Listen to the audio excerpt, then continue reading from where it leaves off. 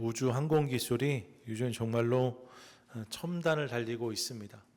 스페이스X라는 기업을 들어보셨을 텐데 거기서 발사한 그 우주선은 발사체가 출발했다가 다시 돌아와서 발사대에 딱 서잖아요.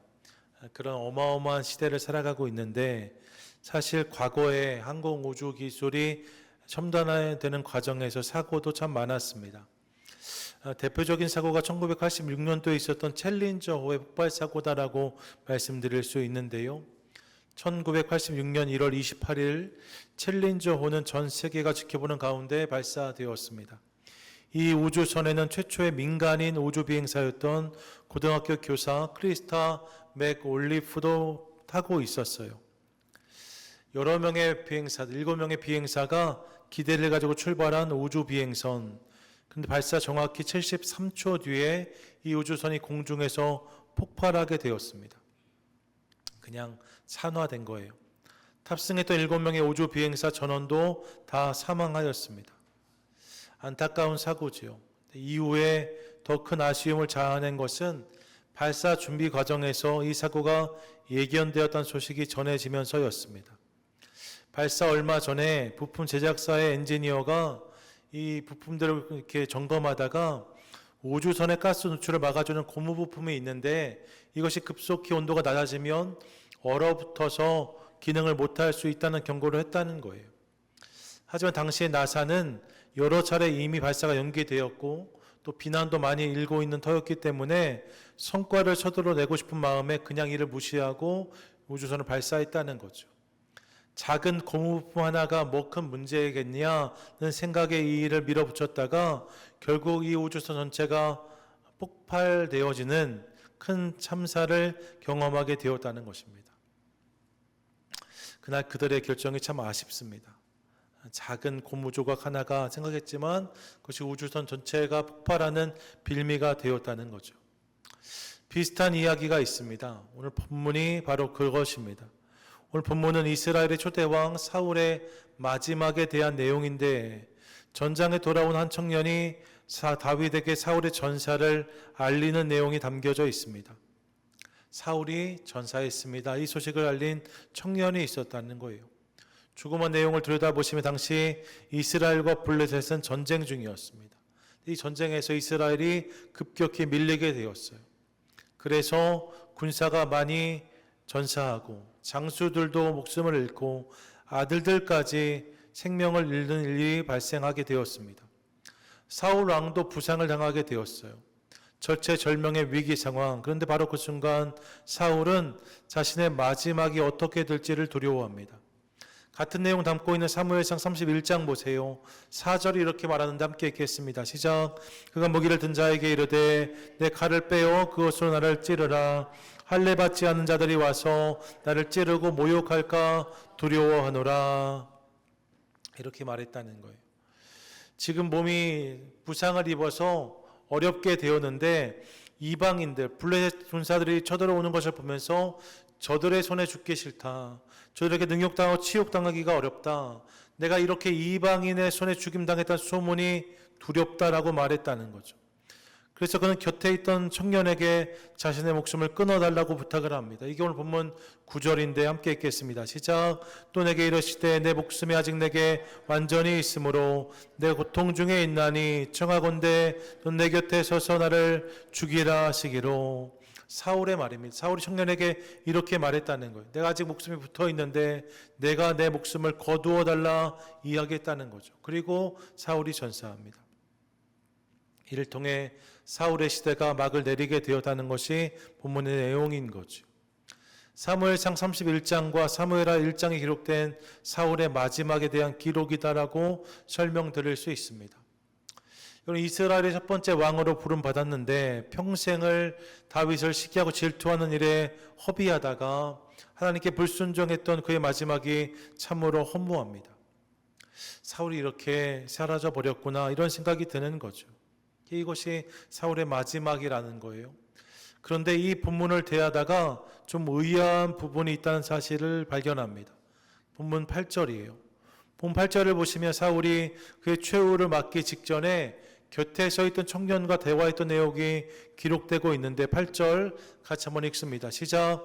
내게 이르되 너는 누구냐 하시기로 내가 그에게 대답하되 나는 아말렉 사람이니이다 한즉. 아멘. 사울이 죽기 전에 옆에 있는 청년이 있었고 그 청년에게 내가 누구냐라고 물었는데 그가 자신을 누구라고 소개합니까? 아말렉 사람입니다라고 소개했다는 거죠. 이런 일이 있었다는 거예요. 여러분, 얼핏 생각하면 특별한 의미가 없는 것처럼 느껴질 수도 있습니다. 아, 그랬나 보다 할 수도 있어요. 하지만 곰곰이 생각하면 이는 좀 이상합니다. 생각해 보십시오. 지금 전쟁은 이스라엘과 아말렉의 전쟁이 아닙니다. 아말렉과 블레셋의 싸움도 아닙니다. 이스라엘과 블레셋이 지금 전쟁을 치르고 있는 거예요. 당연히 사울 곁에 있는 사람은 다 이스라엘 백성이어야 맞고 사울을 공격하는 사람들은 블레셋 군사들이어야 맞습니다. 전장에 이 두 종류의 사람들이 있는 거죠. 이게 자연스러운 겁니다. 그런데 갑자기 한 청년이 등장했고 그가 사울의 수급을 거두기까지 했는데 그가 어느 나라 사람인가? 아말렉 사람이었다라고 말씀하고 있는 거예요. 이스라엘과 블레셋이 전쟁 중에 있었는데 아말렉 청년이 등장해서 사울의 목숨을 끊게 되었다라고 말하고 있는 거죠. 이게 참 이상합니다. 불쑥 등장한 아말렉 사람 말입니다. 왜 이때 사울 곁에 아말렉 청년이 있었고 성경은 이 부분을 굳이 정확히 기록해 놓고 있을까 이 생각하게 되는 거예요. 이 부분을 생각하면서 우리가 떠올리게 되는 답이 있죠. 사실 아말렉이라는 단어를 듣자마자 우리가 바로 떠올릴 수 있는 본문이 있습니다. 사무엘상 15장이에요. 사무엘상 15장을 기억해 보시면 사울이 왕이 되고 얼마 지나지 않았을 때의 일입니다. 하나님이 사울 왕에게 한 가지를 요구하세요. 그 내용이 아말렉 진멸입니다. 사무엘상 15장 1절부터 3절까지를 보세요. 같이 한번 읽겠습니다. 시작. 사무엘이 사울에게 이르되 여호와께 나를 보내어 왕에게 기름을 부어 그의 백성 이스라엘 위에 왕으로 삼으셨은즉 이제 왕은 여호와의 말씀을 들으소서. 만군의 여호와께서 이같이 말씀하시기를 아말렉이 이스라엘에게 행한 일 곧 애굽에 나올 때에 길에 대적한 일로 내가 그들을 벌하노니 지금 가서 아말렉을 쳐서 그들의 모든 소유를 남기지 말고 진멸하되 남녀와 소아와 젖먹는 아이와 우양과 낙타와 나귀를 죽이라 하셨나이다 하니 아멘. 내가 세운 왕에게 내가 명령하노니 아말렉을 진멸하라 말씀하셨다는 거예요. 출애굽해서 이스라엘 백성들이 광야에 있을 때에 이 이스라엘 백성들을 괴롭혔던 아말렉, 당신의 백성들을 공격했던 아말렉을 기억하시고 그들을 심판하시겠다 말씀하시는 하나님 음성을 듣습니다. 특별히 그들을 진멸하라고 하세요. 이 진멸이라는 단어가 잘 아시는 것처럼 히브리어 헤렘이라는 단어인데 온전히 바치다라는 의미를 가지고 있습니다. 온전히 들이라는 것, 다 잡아 죽임으로, 다 불태움으로 하나님께 이 모든 것을 올려드려라. 이게 헤렘입니다. 지금 이스라엘과 이란이 한동안 전쟁했잖아요. 이스라엘이 이 전쟁을 헤렘 전쟁이라고 규정한 적이 있거든요. 이게 그렇게 싸우겠다는 거예요. 다 없어질 때까지. 이게 헤렘인 거죠. 그들을 다 멸절시킴으로 하나님의 뜻을 드러내라. 이것이 진멸 전쟁의 내용입니다. 하나님이 그것을 사울에게 요구하셨다는 거예요. 그리고 사울이 전장을 향합니다. 그리고 이 전쟁에 사울이 승리합니다. 그런데 문제가 생깁니다. 어떤 문제가 생겼는가? 사울이 승리했음에도 불구하고 하나님의 이 명령에 온전히 순종하지 않았다는 거예요. 본문 9절인데 함께 읽겠습니다. 시작. 사울과 백성이 아갓과 그의 양과 소의 가장 좋은 것 또는 기름진 것과 어린 양과 모든 좋은 것을 남기고 진멸하기를 즐겨 아니하고 가치 없고 하찮은 것은 진멸하니라. 아멘. 뭐예요? 진멸했답니다. 어떤 것을요? 가치 없고 하찮은 것은 진멸했대요. 하지만 가치 있고 좋은 것들을 남겨놓았다는 거죠. 그 백성들의 왕이었던 아각도 남겨놓았답니다. 이들은 진멸하지 않았대요. 왜 진멸하지 않았을까요? 이미 이긴 싸움인데 말입니다. 왜 그들을 다 처단하지 않았을까? 이 배경에 사울의 마음이 자리합니다. 자랑하고 싶었던 거예요. 그 땅에 전쟁을 승리하고 돌아오는데 말입니다. 아무것도 가지고 돌아오지 않으면 백성들 입장은 실감나지 않을 수 있어요. 그냥 이겼나 보다 정도가 되는 거죠. 여러분 상상해 보세요. 그런데 이들이 돌아올 때 적의 왕이었던 아각을 가운데 포로로 잡아두고 수많은 전리품을 수레에 쌓아놓고 그들이 개선 행진을 하고 할 수 있다면 백성들이 얼마나 환호하겠습니까? 야, 대단한 승리를 거두었구나 박수치지 않겠습니까? 그 중심에 사울이 설 수 있는 거잖아. 이런 기대가 있었다는 거예요. 그래서 사울은 이를 포기할 수가 없어서 진멸하지 않고 남겨 가져옴으로 개선식을 한 것을 확인하게 되는 거죠. 하나님이 진멸하라고 하셨는데 자신의 영광을 위해 그 말씀에 불순종했다는 것입니다. 그리고 하나님이 이를 기뻐하지 않으세요. 이어지는 본문 11절 보십시오. 이렇게 말하는데 11절 함께 읽겠습니다. 시작. 내가 사울을 왕으로 세운 것을 후회하노니 그가 돌이켜서 나를 따르지 아니하며 내 명령을 행하지 아니하였음이니라 하신지라. 아멘. 내가 사울을 왕 삼은 것을 싫어한다, 후회한다라고 말씀하시면서 무엇을 지적하고 계십니까? 그가 나를 따르지 않고 내 명령을 행하지 아니하였다라고 말씀하고 계세요. 사울의 불순종을 싫어하셨다는 것입니다. 이게 그런 사울의 불순종과 불신앙이 있었대요. 아말렉 전쟁이 그런 사건을 보여주는 대표적인 시점이다 말씀드릴 수 있는 거죠. 그리고 이를 시작으로 사울의 불신앙과 불순종의 삶이 시작되어집니다. 사실 여러분 사울은 본래부터 그런 사람은 아니었어요. 사울이 등장한 장면을 보시면 그는 처음엔 신실하고 겸손한 청년이었습니다.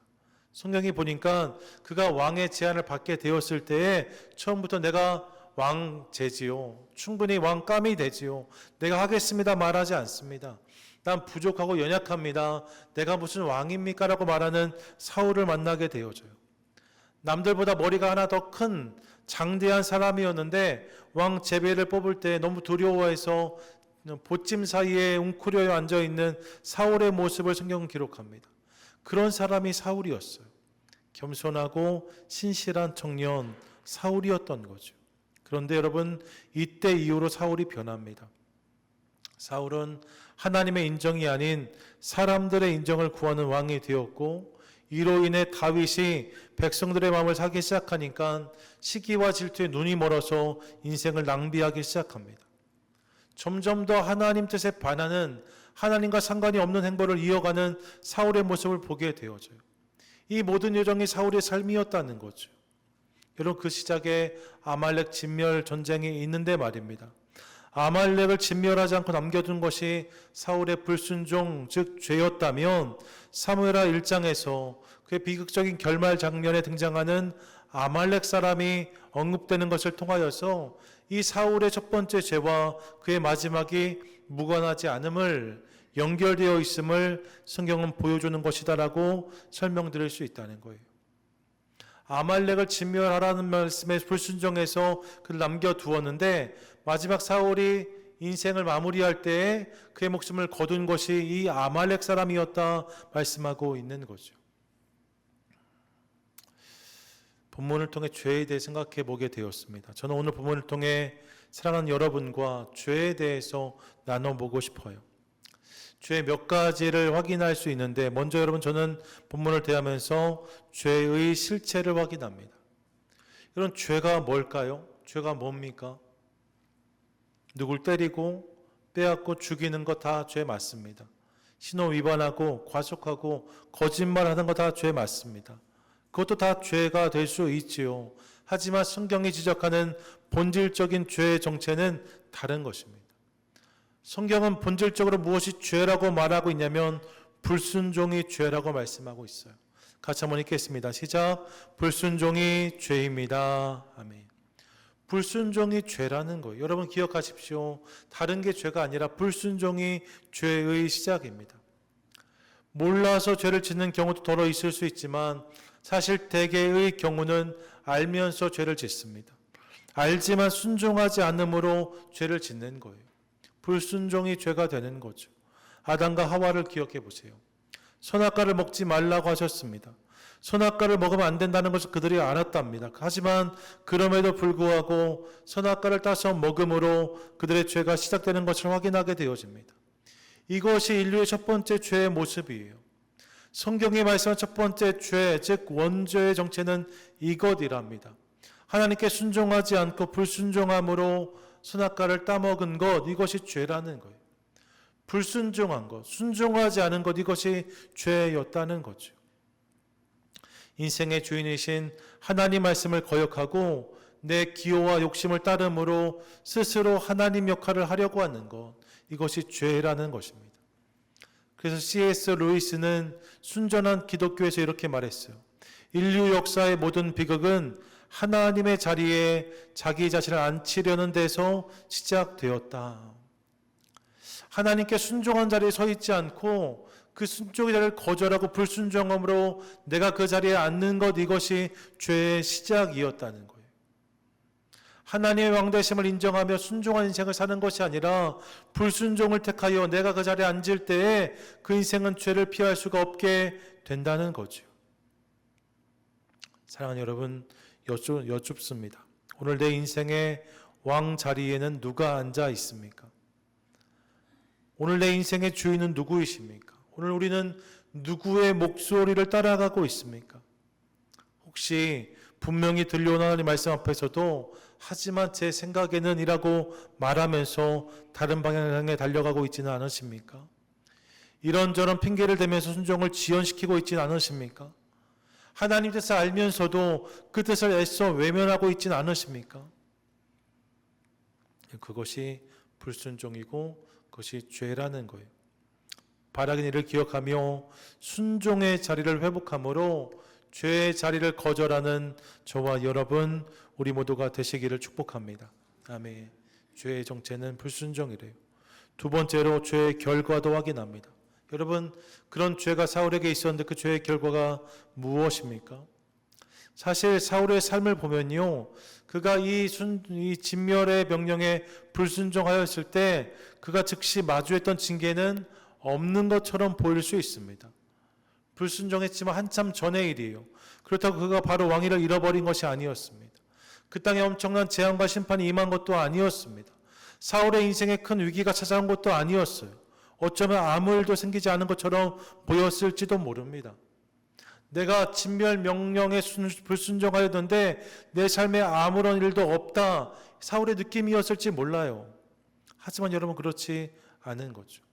이를 통해 사울이 잃어버린 것이 있습니다. 그것이 무엇인가? 하나님과의 관계예요. 같이 한번 고백하겠습니다. 함께 읽습니다. 시작. 죄는 하나님과의 사이를 갈라놓습니다. 아멘. 죄는 하나님과 우리의 사이를 갈라놓습니다. 사울의 인생을 보시면 이후에 그는 더 이상 하나님을 찾고 구하지 않습니다. 하나님도 그의 삶에 더 이상 개입하지 않으세요. 아말렉 전쟁 이후에 사울이 만난 큰 위기가 골리앗이었거든요. 성경을 보시면 40일 동안 아침 저녁으로 조석으로 골리앗이 나와서 이스라엘과 하나님을 조롱했다라고 말하고 있습니다. 매일 나와서 큰 소리로 이스라엘과 하나님을 모욕하는 골리앗이었다는 거예요. 하지만 성경을 보시면 이로 인해 사울이 화를 냈다는 기록이 없습니다. 소년 다윗은 이 전장에와 그 소리를 들었을 때 성분이 일어나서, 거룩한 분노가 일어나서 어떻게 저런 녀석이라고 말하는데 사울에겐 그런 모습이 없어요. 하나님이 모욕당하는 것에 대해서 분하지 않았다는 거죠. 하나님께 도움을 구하지도 않습니다. 하나님 도와주세요 기도하지도 않습니다. 그저 크게 두려워하며 숨어있던 사울의 모습을 성경 고발하고 있어요. 무엇입니까? 그의 삶에 하나님의 자리가 사라졌다는 것입니다. 하나님과 상관이 없는 자가 되어버린 거예요. 예, 여러분, 죄가 들어오면 이런 일이 생길 수 있습니다. 하나님과의 관계가 서먹해지는 거예요. 그분의 시선이 불편하고 그분의 존재가 부담스러울 수 있습니다. 이런 일들이 죄가 내 안에 있을 때 벌어지는 일이라는 거죠. 그래서 이사야서는 이렇게 말씀하는데 59장 2절 함께 읽습니다. 시작. 오직 너희 죄악이 너희와 너희 하나님 사이를 갈라놓았고 너희 죄가 그의 얼굴을 가리어서 너희에게 듣지 않으시게 함이니라. 아멘. 죄가 하나님과 우리 사이를 갈라놓는다는 거예요. 아담과 하와가 죄를 지은 다음 첫 번째 보였던 반응은 하나님을 피해 숨은 것이었습니다. 본래 하나님이 나타나시면 기쁘게 달려가 그분과 함께 에덴을 거느렸던 그들이었는데 이제 하나님 피하는 존재가 되었다는 거예요. 왜요? 죄가 하나님과 우리 관계를 갈라놓기 때문입니다. 여러분, 오늘 내 삶 가운데 하나님이 잘 느껴지지 않는다면 어쩌면 내 안에 들어온 죄 때문일지 모릅니다. 이 사실을 기억하고 싶어요. 내 삶에 하나님 이름을 부를 때 감격이 없다면 어쩌면 내 안에 있는 죄 때문일지 모릅니다. 내 안에 있는 불순종 때문일지 모릅니다. 다른 사람에게 이유가 있는 게 아닙니다. 다른 핑계를 찾으려고 하지도 마십시오. 내 안에 있는 죄가 나와 하나님 사이를 갈라놓고 있다는 거예요. 죄가 우리 마음을 냉랭하게 만드는 거죠. 이를 기억하며 내 안에 있는 죄, 내 안에 있는 불순종에 민감해지는 저와 여러분 되시기를 축복합니다. 아멘. 더불어서 본문을 통해 저는 죄의 특징도 확인하게 되어져요. 죄의 여러 가지 특징이 있을 수 있는데 그 중에 한 특징이 오늘 본문에 발견되죠. 그것이 무엇인가? 죄는 스스로 사라지지 않더라는 것입니다. 같이 한번 읽겠습니다. 시작. 죄는 저절로 사라지지 않습니다. 이런 것을 깨달아요. 죄가 스스로 자연스럽게 없어지지 않더라는 거예요. 다윗의 광야 생활을 15년 안팎이라고 추정하거든요. 근데 아말렉 진멸 전쟁이 다윗 등장 전에 있던 일이니까 아말렉 전쟁 이후에 사울의 전사까지는 최소한 15년에서 20년이 지났다라고 말씀드릴 수 있습니다. 한참의 시간이 지났어요. 그런데 오늘 본문은 이 사울의 마지막 자리에 있었던 아말렉 사람을 정확히 기록하고 있습니다. 불순종의 결과, 죄의 흔적이 그의 인생 가운데 사라지지 않았다는 거예요. 여러분, 죄는 시간이 지난다고 사라지지 않습니다. 잊혀질 수 있지만 사라지는 게 아니에요. 법정에선 공소시효가 있지만 우리 인생에 또 죄책감에는 공소시효가 없습니다. 시간이 지나도 올라오면, 떠오르면, 내 삶에 찾아오면 다시 그 죄가 우리 삶을 어렵게 하는 거죠. 여러분, 시간이 지나면 잊혀진다는 거짓말에 속지 마세요. 그렇지 않습니다. 죄가 만약에 시간이 지나면서 자연스럽게 소멸할 수 있다면 말입니다.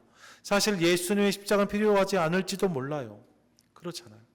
시간이 해결해 준다면 하나님이 당신의 독생자를 십자가에 내어주실 필요도 없었고 예수님이 십자가에서 물과 피를 쏟으실 이유도 없었을 것입니다.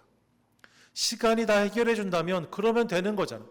하나님이 굳이 십자가 지실 이유가 없는 거잖아요. 하지만 그렇지 않다는 거예요.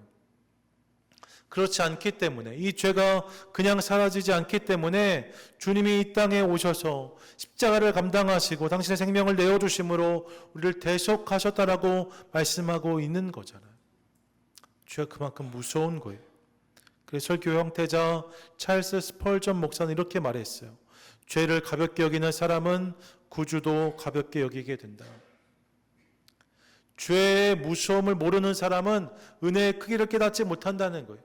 시간이 지나면 잊혀지겠지. 이런 착각에 빠져 사는 사람은 하나님의 은혜를 온전히 사모하지 않는다는 거죠. 하지만 그렇지 않다는 것입니다. 여러분, 죄를 방치하면 없어진다 착각하지 마세요. 무시하고 적당히 넘어가면 괜찮을 거다 기대하지 마십시오. 그렇지 않습니다. 죄는 스스로 사라지지 않아요. 감추어졌던 죄도 언젠가 발견되어지면 언제든지 우리 인생을 송두리째 흔들 수 있습니다. 이게 죄라는 거예요. 그러면 어떻게 해야 될까요? 불순종이 죄이고 죄의 결과는 하나님과의 단절이며 이 죄가 스스로 저절로 사라지지 않는다라고 했는데 그러면 우리가 어떻게 해야 될까? 여기에 우리의 질문이 있는 거죠. 그리고 여기서 우리가 발견하는 답이 있습니다. 죄의 해결, 그것이 무엇입니까? 하나님께 돌이켜야 한다는 거예요. 같이 한번 읽겠습니다. 시작. 하나님께 돌이켜야 합니다. 믿으십니까? 아멘. 여러분, 하나님께 돌이키는 것, 죄의 자리에 돌아서는 것, 십자가 밑으로 돌아오는 것, 그래서 그 보혈로 씻김 받는 것, 이것이 죄의 문제를 해결할 수 있는 유일한 길이라고 말씀하고 있는 거예요. 전 저와 여러분이 모두가 오늘 이 은혜의 주인공이 될 수 있기를 간절히 소망합니다. 이 은혜의 주인공이 되어야 한다는 거죠. 여러분, 우리가 놓치지 말아야 될 대조가 있습니다. 사울과 다윗의 대조입니다. 사울이 죄인 맞는데 말입니다. 사울만 죄인인가? 그렇지 않아요. 사실 다윗도 죄를 지었습니다. 다윗도 죄인이었습니다. 그것도 간음과 살인이라는 무서운 죄를 지었습니다. 그런데 여러분, 두 사람의 결말은 완전히 달랐다는 거예요. 무엇이 차이였는가? 죄의 크기가 달랐던 것이 아닙니다. 그들의 반응이 달랐다라고 말해요. 사울은 죄가 드러났을 때 변명으로 일관합니다. 반성하는 척 신용하지만 그 불순종의 자리를 떠나지 않습니다. 하나님께 돌아오지 않습니다. 이것이 사울의 모습이에요. 그 죄로 인해 망했다라고 말하고 있는 거죠. 하지만 다윗은 다릅니다. 다윗에게도 죄가 있었어요. 그런데 나단 선지자가 그의 죄를 지적했을 때 그는 이렇게 부르짖습니다. 시편 51편 17절 말씀인데 함께 읽겠습니다. 시작. 하나님께서 구하시는 제사는 상한 심령이라. 하나님이여 상하고 통회하는 마음을 주께서 멸시하지 아니하시리이다. 아멘. 하나님, 내 심령이 상한 심령입니다. 통회하며 주님께 나아갑니다. 나를 멸시하지 마, 나를 잊지 마소서 고백하고 있는 그의 애절한 고백을 듣습니다. 뿐만 아니라 열왕기상 1장에 가보시면 이제 다윗이 나이가 많아졌어요. 추위를 타기 시작하면 이불을 덮어도 따뜻해지지가 않아요. 그래서 당시에는 그런 일이 생기면 젊은 처자를 침소에 들여서 품게 하는 것으로 몸을 따뜻하게 하곤 하였는데, 신하들이 이스라엘 전역에서 여인을 구해서 아비삭이란 여인을 다윗의 침소에 들여보냅니다. 그런데 다윗이 어떻게 반응합니까? 4절이에요. 함께 읽겠습니다. 시작. 이 처녀는 심히 아름다워 그가 왕을 받들어 시중 들었으나 왕이 잠자리는 같이 하지 아니하였더라. 아멘. 그녀가 다윗의 시중을 들었지만 다윗이 그녀와 동침하지 않았다는 거예요. 왜요? 다윗이 철저히 돌이켰기 때문에 그렇습니다. 밧세바를 범했던 죄를 다시 범하지 않겠다 결단한 거예요. 다시 그 자리에 돌아가지 않았다는 거죠. 그 죄의 자리를 경계하고 있는 다윗의 모습을 확인합니다. 이거 다윗의 신실함이었다는 거예요. 여러분, 사울과 다윗을 가른 것은 이것입니다. 죄가 있느냐 없느냐가 아니라 돌이켰느냐 돌이키지 않았느냐가 그들의 결론을 다르게 했다는 거예요. 여러분, 우리의 죄는 시간이 지나면 사라지는 것이 아니랍니다. 우리의 죄는 오직 보혈로 씻겨야만 사라질 수 있는 것입니다. 예수 그리스도의 보혈만이 우리의 죄를 씻어 주신다는 거죠. 그러면 여러분, 이 사실을 기억하며 십자가로 돌아와 이 은혜의 주인공으로 살아가는 저와 여러분, 우리 모두가 되시기를 축복합니다. 여러분, 주님께 돌아오세요. 주님께 돌이키세요. 다시 그분의 말씀 위에 내 삶을 세우시기 바랍니다. 내 마음에 끌리는 것을 자꾸 따라가려고 하지 마시고, 내가 원하는 것을 붙잡으려 하지 마시고, 그분이 원하는 것, 그분이 말씀하시는 것을 붙잡으시기 바랍니다. 그때 내 삶에 은혜가 임하게 되는 거예요. 말씀을 맺지요. 오늘 우리는 사울의 마지막 자리에 서 있었던 한 아말렉 청년의 이야기를 함께 나누면서 죄에 대해 생각해 보았습니다. 죄가 그런 것이라는 거예요. 챌린저호의 작은 고무 부품 하나가 여러 사람의 생명을 삼켰던 것처럼 방치된 죄 하나가 우리 인생 전체를 송두리째 흔들 수 있습니다. 그런데 여러분, 우리에게 사울에게 없었던 것이 있대요. 그것이 무엇인가? 하나님의 은혜이고 우리가 붙잡을 십자가입니다. 그 은혜가 오늘 우리 삶 가운데 주어져 있는 거죠. 그리고 하나님 돌이키는 자에게 이렇게 약속하세요. 이사야 1장 18절 말씀인데 함께 읽겠습니다. 시작. 너희의 죄가 주홍 같을지라도 눈과 같이 희어질 것이요 진홍같이 붉을지라도 양털같이 희게 되리라. 아멘. 믿으십니까? 아멘. 여러분, 이것이 십자가의 능력이고 보혈의 은혜라는 거예요. 우리가 죄 있을 수 있어요. 붉을 수 있어요. 더러울 수 있습니다. 하지만 날마다 주님께 나아가 그분의 십자가 보혈로 씻김을 받을 때에 이 죄인된 우리가 하나님의 은혜 백성이 될 수 있다라고 말씀하고 있는 거죠. 이를 기억하며 날마다 주께 돌이켜 십자가로 나가는 것을 통하여서 사울의 길이 아니라 다윗의 길로 걸어가는 저와 여러분, 우리 모두가 되시기를 축복합니다. 그리고 이를 통해서 용서받고 회복되어 주님 원하신 그 삶을 살아가는 저와 여러분 우리 모두가 되시기를 주님의 이름으로 간절히 축원드립니다. 아멘. 아멘.